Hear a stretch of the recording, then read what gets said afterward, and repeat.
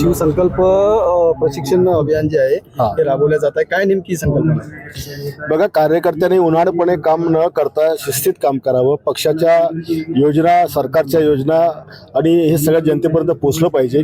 Proper प्रचार झाला पाहिजे, नाहीतर कुठल्या तरी एखाद्या विषय घेऊन विरोधी पक्ष येतो आणि आमची सगळी कामे मागे पडतात. त्याच्यामुळे कार्यकर्ता शिक्षित झाला पाहिजे, प्रशिक्षित झाला पाहिजे. त्याला इंस्टाग्राम, त्याला फेसबुक, त्याला पेस्टा हे सगळं चालवता आलं पाहिजे आणि लोकांपर्यंत पोहोचता आलं पाहिजे.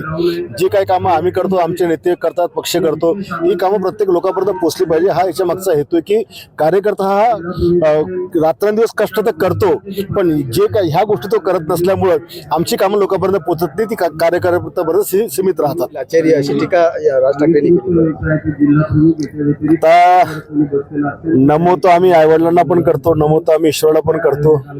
आणि म्हणून अशा प्रकारे जर आपल्या संस्कृतीप्रमाणे नमो गाणं होत असेल तर एक प्रकारचं ते नमनच आहे. आणि म्हणून राज साहेबांनी एकनाथ शिंदे साहेबांबद्दल टीका करू नये. तुम्ही एकनाथ साहेब शिंदे बरोबर करू शकत नाही.